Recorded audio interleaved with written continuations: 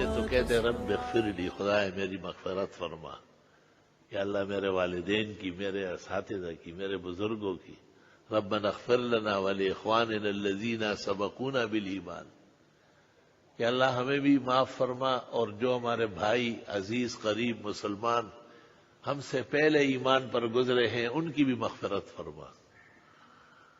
کہتے ہیں جو ہم سے پہلے گزرے ہیں ان کا ہم پر حق ہے کہ ہم ان کو دعاؤں میں یاد رکھیں. حدیث شریف میں ہے مردہ اس حال میں ہے جیسے کوئی ڈوب رہا ہو اور آپ کی طرف ہاتھ بڑھا رہا ہو. جیسے ہی آپ ایصال ثواب کی کوشش کرتے ہیں بحکم الہی وہ کنارے پر آ جاتا ہے. میں نے خود ایک محترم مکرم خاتون کے ایصال ثواب کے لیے بڑی کوشش کی. یہ زندگی بھی عجائب کا مجموعہ ہے. اپنے علم اور دانش کے مطابق تمام تدابیر ختم کی، لیکن بظاہر ان کو کوئی فائدہ نہیں ہوا. پھر اور جن کو میں رساں علماء سمجھتا تھا کہ وہ امور آخرت اور علم کے دقائق جانتے ہیں، ان سے میں پوچھتا تھا کہ یار کسی مردے کو دیکھنے کا کیا طریقہ ہے؟ تو لوگ جو مر جاتے ہیں ان کو بالکل بھول جاتے ہیں. وہ ایک آدمی نے مجھے ایسا دکھایا کہ یہ میرے باپ کی قبر ہے. میں نے کہا ویسے صحیح باپ تھا ایسے ٹکو باپ تھا؟ اس نے کہا نہیں باپ تھا. میں نے کہا تو آپ کے ذمہ فرض نہیں ہے کہ تھوڑا سا رک کے اور کچھ نہیں سورہ فاتحہ پڑھ کے بخشے؟ حلالی اولاد اس طرح ہوتی ہے. مجھے دکھ ہو رہا ہے کہ یہ مغفرت کی دعا کے بغیر یہاں سے اب جا رہا ہے. اتنا سخت دل ہونا مومن کی شان نہیں ہے. بخاری اور مسلم میں ہے کہ پیغمبر سے صحابہ نے پوچھا کبھی کبھی ہم گزرتے ہیں مسلمانوں کی قبریں آ جاتی ہیں، آپ نے فرمایا قولوا السلام علیکم یا اہل القبور یغفر اللہ لنا ولکم نسأل اللہ لنا ولکم العافیہ انتم سلفنا ونحن بالاثر. سلام کر لو، دعائیں مغفرت کر لو، عافیت مانگو اپنے لیے بھی ان کے لیے بھی، اور ان کو تسلی دو کہ آپ گئے ہیں اور اب پیچھے آ رہا ہے.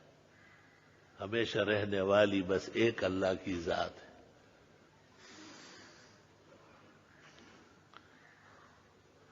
خیر جی، میں نے بچپن میں ان علوم سے پہلے پشتو کا ایک نصاب پڑھا ہے.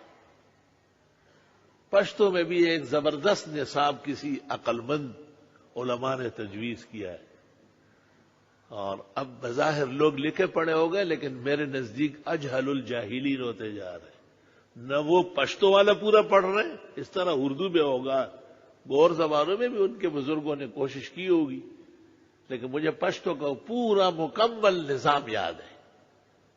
اس میں ایک کتاب تھی دافع الفکر، وہ دافع الفکر ددینم دے چھے ارچاؤ تمالوم دے. اس میں نے ایک عمل پڑھا تھا کہ کوئی مرحوم آپ دیکھنا چاہے یا اس کے حالات جاننا چاہے تو آپ عشاء کی نماز تسلی سے پڑھ لیں، اجلت سے نہیں، آرام تسلی سے، اور سونے سے پہلے 4 رکعت اکٹھی پڑھ لیں. پہلے میں سورۃ نبا، دوسری میں نازعات، تیسری میں عبسہ، چوتھی میں تکویر، یا جو سی صورت آپ کو آسانی سے یاد ہو، اور اس کو بخشے، اور یہ دعا کر لے کہ یا اللہ اس کو آرام ملے، راحت ملے. اگر وہ کسی تکلیف میں ہے تو یا اللہ اس کو معاف فرما دے.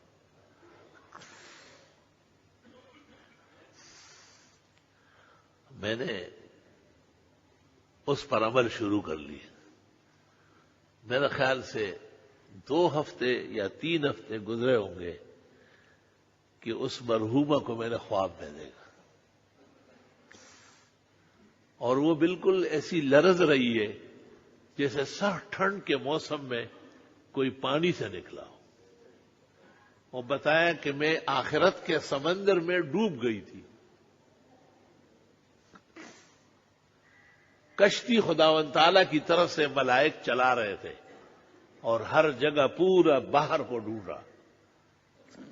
اب یہ آپ نے جو عشاء کے بعد نفل بخشنا شروع کیا ہے تو اس میں مل گئی ان کو۔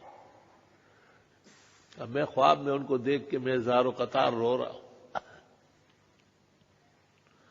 بہت زیادہ کہ بھئی یہ تو بہت سردی۔ اس نے کہا نہیں، اب یہ سردی ختم ہو جائے گی، حکم ہوا ہے کہ دوبارہ اس کو نہ ڈبو۔